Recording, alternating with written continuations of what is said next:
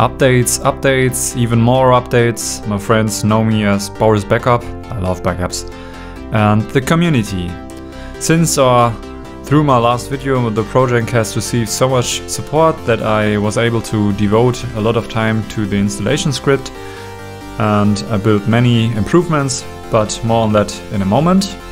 I also won sponsorship for the next videos, and there are really cool videos coming on your way. Hopefully this should bring more attention to the project overall, so it's going on, keep it up. Big thanks to the supporters in my behalf, in behalf of the community, and I'll say something about the community right away. Now a small overview of what's coming in this video. So as I said, we have a few updates on the smart home server, some new programs, shortcuts that simplify your lives, and I'll explain in detail how it works with the Docker Compose. It's not that complicated, as you can easily add and remove programs, and if something should go wrong, there's now an error message, so you can check it out. So let's dive into the community.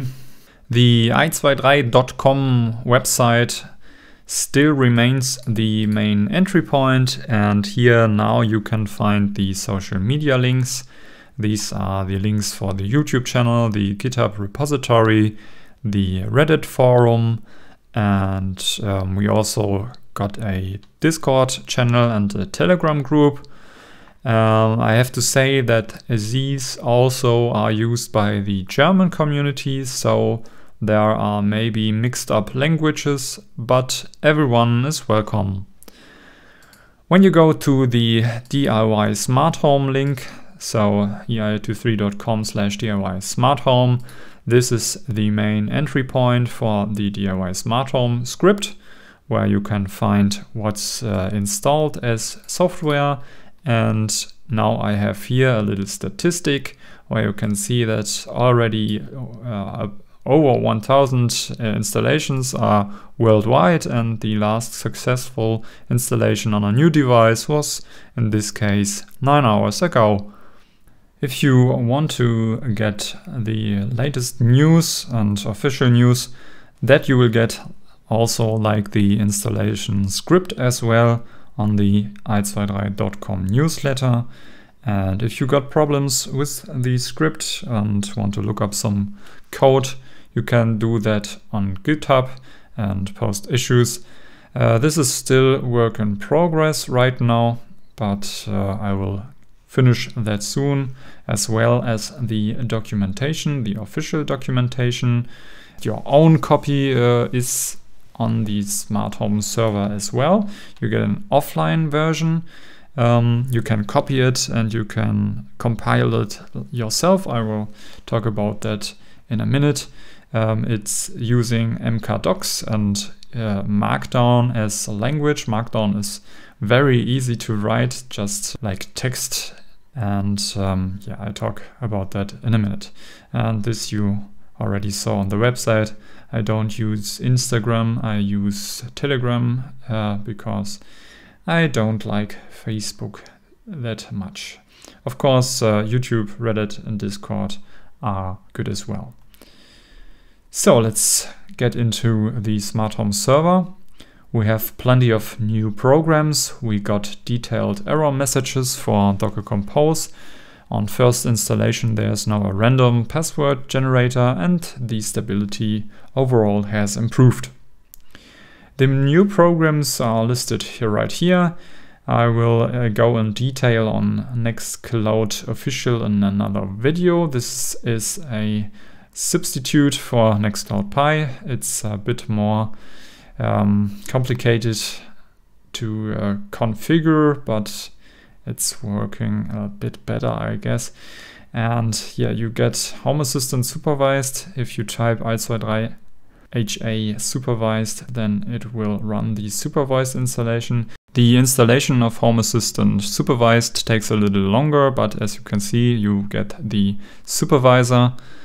But you are doing this at your own risk. I won't help out if you get stability issues. I highly recommend to use the Docker version of Home Assistant. You can install add-ons like Motion Eye or Portainer for yourself. It's already included in the script, so in my opinion there's no need for the supervised Home Assistant. Then we have traffic as a new SSL reverse proxy, and of course VSCode for configuration, and this I will show you in a minute. If your dashboard looks like this, then you really have installed too many programs, and this will for sure cause issues on these little Raspberry Pi. But I will show how you can configure that. So if you have an older version, you first have to type bash ei23.sh and run a full update.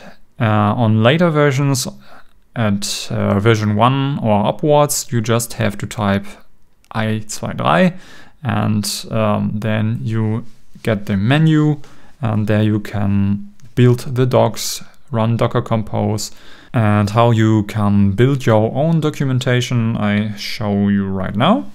So if you not have Visual Studio Code installed, you have to go the manual way over SSH or SFTP.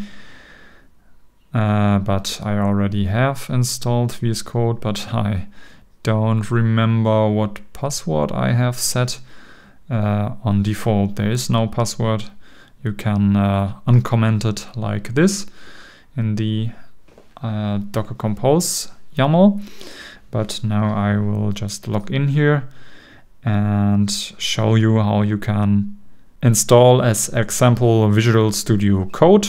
You have to go on the Docker Compose templates file. There you get all new and updated. After every update you get all program templates, and if you go on Visual Studio Code, you just have to copy it and paste it in the Docker Compose.yaml. But you have to make sure that the indentation is right. If you have pasted and auto-saved or saved the Docker Compose YAML, you just have to go to the terminal window, type ei23dc, and then Docker Compose will apply the changes, start new containers and pull new containers. And if everything was configured right, then you should see a success message. And if this is not the case, for example, I do here some wrong indentation, then you can see these red lines that there is something wrong. As you can see up there, there's a problem with VS Code. In this case, or in this example, it's just the wrong indentation, like I did show you before. So if you see something like this, you should look above, and there you should see what causes the errors. And for example, this can be wrong indentations or ports which are multi-use external ports. For example, if Traffic or Nextcloud both using 443, then this can also cause some errors. Or if some maintainer of an image don't support ARM architectures anymore, then it also could be cause some errors.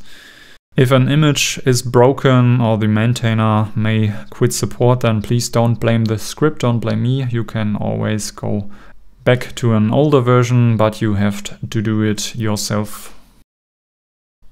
Also under the ei23 Docker folder, you find the backup sh, and you can just run it like ei23 backup, and then it will run the backup script and it will save the most important data. If this backup script is not enough for you, please don't edit this file, because this file will be overwritten on every update. So please make a copy of it and use that. So what exactly does this script? Is just collects the most important data and compress it to a file and save it to the home.py backup folder. So if you use another user, for example, this may cause some errors. It's not only on this backup script, it's the whole installation script. If you have another user, if you have another system, this maybe don't work. So, and now I will show you how you can add new programs to the dashboard. This is also not too complicated. You just have to go to the EI3 folder under volumes, and there you have now a template file. There you can copy the template for the program you want to add. In this case, I want to use VSCode. And if I want to add it to the dashboard, then I open the programs.json and just paste it. Here it is very important that only the last line has no comma at the end. All the other ones should have one. If this is not the case, then the whole dashboard will show nothing. Here you can see the docs. This is also a special case. Under i23, the volumes folder, i23, then under docs you have a docs folder, and here you can edit the Mkdocs YAML, and there you have the structure of your own documentation for your smart home. Let me show you. So if you don't see this page, then you first have to compile the documentation file. And you also have to make sure that the i23 container has this line. And to update the docs, you just have to run the i23 script and then build the docs. After that, you should see a site folder in this folder, and then you should be able to reach your own documentation at least after a reboot as well. And you should see this page. I created some examples for you, so you can see how you can create your own documentation. In this example you have a German one, but for the English community I also made an English one. And yeah, it looks like this. Markdown is very easy to understand.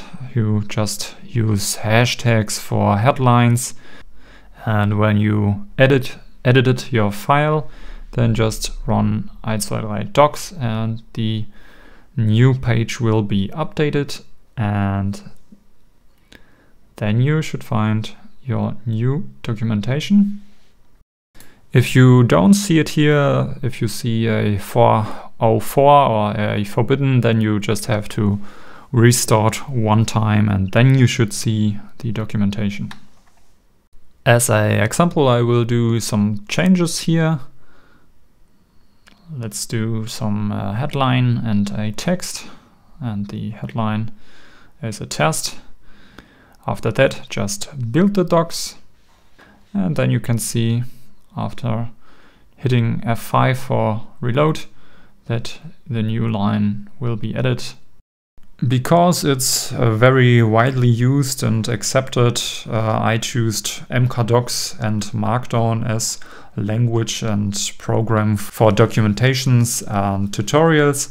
And if you want to support this project, you can write tutorials and documentation for this as well. Please do it in Markdown, send it to me, and then we can include it to the official documentation. This would be very helpful, so thank you in advance. So let's do a short summary.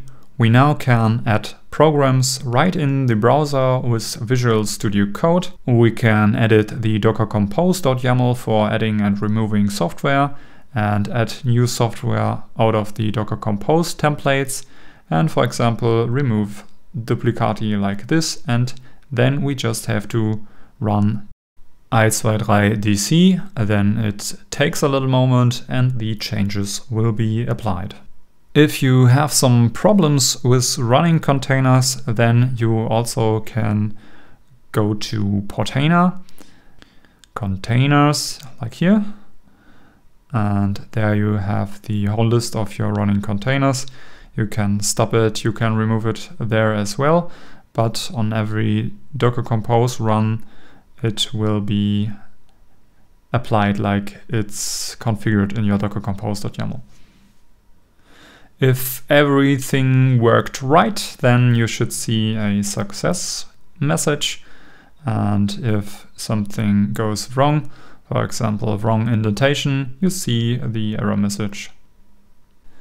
We now have the possibility to add and create our own documentation for our smart home server. And this could be very helpful if a family member don't quite understand how it can change automations, or like me, don't remember what the hell he was doing a year ago.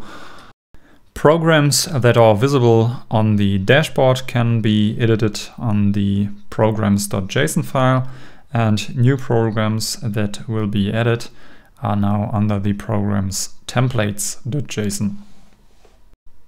On the DIY smart home page, we have the list of all available templates and programs, and we have statistics on when the last successful installation has happened. Yeah, and now I'm quite happy to say that the script has now reached the full version 1. And we have now the communities and the opportunity to share projects and help out each other. So please use this instead of mailing me. I'm also on Discord and Reddit, so I answer there as well. And other members of the community will profit from your questions as well. So please consider supporting the channel. There are very cool projects ahead.